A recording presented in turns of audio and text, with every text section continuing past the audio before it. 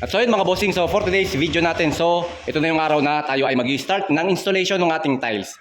So bali ngayon, mag-share tayo sa inyo ng idea kung paano inile-layout yung ating mga tiles para sa ating flooring ng buong kabahayan.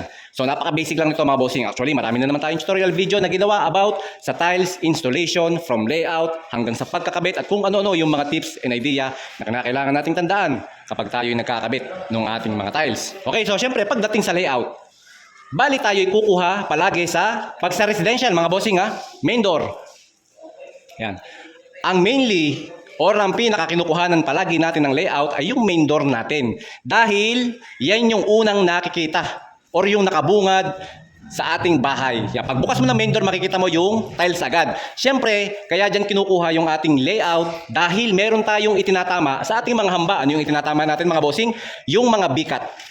So napaka-importante na pagbukas mo ng pinto mo, makikita mo yung tiles mo ay uniform or yung tinatawag na parehas yung pagkakalagay doon sa ating hamba or equal yung mga siruho, equal yung tiles. Siyempre pag nakita yun ng tao, pangit tingnan kapag malayo yung bikat. Siyempre visible yan sa mga mata dahil meron tayong grouting. Okay, so ngayon ganito mga bossing, kukunin nyo lang yung sentro ng ating hamba.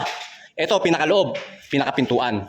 So kukunin nyo yung sentro and then after nyan, i-layout nyo muna yung ating tiles. Mag-i-eskwala kayo. Pwede kayong magtansi, pwede kayong mag-eskwala. And then syempre sa amin, laser level yung ginagamit namin sa mas mabilis ang pag-layout. So hindi na siya hassle, hindi mahirap. So napakabilis and then accurate din. So ang gagawin nyo, pag nakuha nyo yung sentro, itatama nyo muna V-cut. So yung V-cut yung pagitan ng dalawang tiles. Ayan, ito yung dalawang tiles. Itatama nyo doon sa sentro yung V-cut. And then babatakan nyo ng tansi. Pagkatapos, i-check nyo yung seruho. So pag nabatakan nyo ng tansi, i-check nyo yung seruho kung hindi alanganin sa tiles. For example, kumuha tayo dito ng sentro and then yung bikat ng tiles natin ay nakaganyan. Ang sukat ng tiles na gagamitin natin ay 60 by 60. Susukatin nyo yung sentro mula dito hanggang sa pader. So pag halimbawa, kapos, itong area na to ay 61. Yung tiles natin is 60 lang. Tapos wala naman tayong baseboard. So anong gagawin natin? I-revise natin yung mga tiles after ng checking ng mga siruho. Kapag alanganin yung layout ng ating mga siruho, may mga ganon, hindi pwede yun sa tiling works. Kinakailangan malapad palagi ang siruho. Mag-a-adjust tayo. So imbis na bikat ang nakasentro dun sa ating hamba, kukunin natin yung sentro ng tiles. For example, 60 by 60, kukunin nyo lang yung 30. Pinakagitna ng tiles, and then yun naman ang inyong isesentro dito. So tiles, gitna ng tiles yung isesentro ninyo. And then after nyan, i-check nyo uli yung mga siruho. So pag okay na, gaya nitong ginawa namin mga bossing, ayan. So meron kami ditong multiple laser, o marami kaming laser na ginagamit. Ayan, may sa main door, meron dito, and then meron din yan sa loob, na wala na. Nakuha na, ayun, di na nakakabit mga bossing. So ang purpose nyan, kaya namin inile-layout muna ng laser para ma-check namin ang every sides or every siruho na pwedeng mangyari. So ganoon ang pag-layout namin ng tiles. After naming ma-check kung okay na, wala ba kaming siruho na ganoon, na mga alanganin, hindi ba kakapos ang tiles, hindi ba magiging magastos sa tiles, and then okay na. So next step na gagawin natin, so nakuha na natin ang eskwala ng ating tiles. Next step naman yung height, yung level ng finish floor line. So ngayon, ang kuha ng ating level ay sa hamba pa rin. So kita nyo, yung ibabaw ng basyada, dyan tayo kukuha ng finish floor line. So ang ginagawa namin, kumukuha kami ng 211 centimeters. Bakit? Ang pintuan natin mga bossing ay 210 centimeters.